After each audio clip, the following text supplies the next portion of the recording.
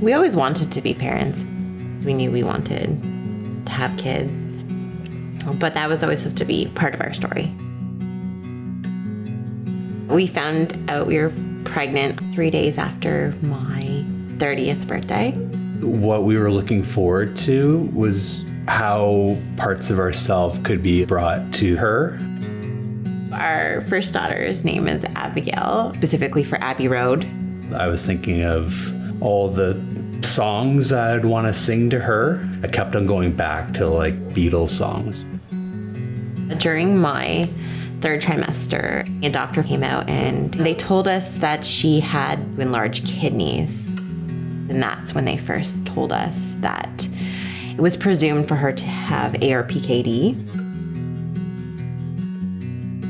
ARPKD stands for Autosomal recessive polycystic kidney disease. Typically presents in either the kidneys or the liver, and it also results in underdeveloped lungs. The prevalence of the disease is 1 in 25,000 globally. Both of us are carriers of ARPKD. We just did not know we were until we had Abigail. When she was born, she came out eyes wide open, but quickly after, both her lungs collapsed.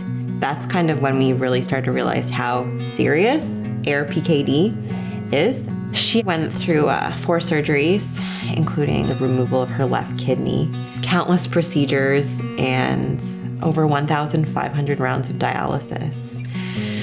You know, she spent her entire life in the hospital, and after 2 months of fighting for her life, her body could not take on the brutality of ARPKD. The hardest thing ever was handing her over to the nurse to know that she was gonna walk her down to the morgue. And when she left, it was just quiet. It was just dead quiet. There were no machines. And I looked at Stephanie, I'm like, what do we do now?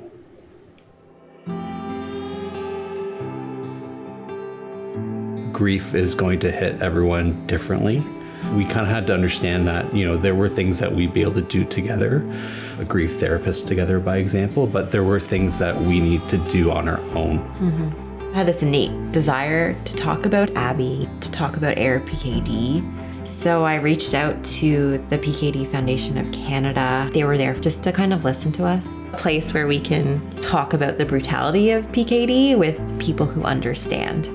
We signed up to do their yearly walk as we needed a team name. We came up with Abbeys Flock. While we were at the hospital with Abbey, the one thing you're allowed to bring are blankets. And the nurses always chose the flamingo blanket. So it became a huge association for us with flamingos. It feels great to be contributing to this foundation. I feel like I'm making Abbey proud. It's so important to seek help. Any form that you can, community support, the PKD Foundation of Canada, wherever you can get help, go for it. But after a few years, we decided we really wanted Abbey to have a sibling. We are very fortunate that we welcomed a new child into our house, Eleanor. She's a healthy baby girl. She is a carrier of ARPKD, just like her mom and dad. So she's going to have to take that forward with her as she grows up. We didn't realize the little blue tab on the diaper was supposed to indicate that the diaper was wet. But when you have a child with ARPKD, they frequently don't urinate because they don't have kidney function.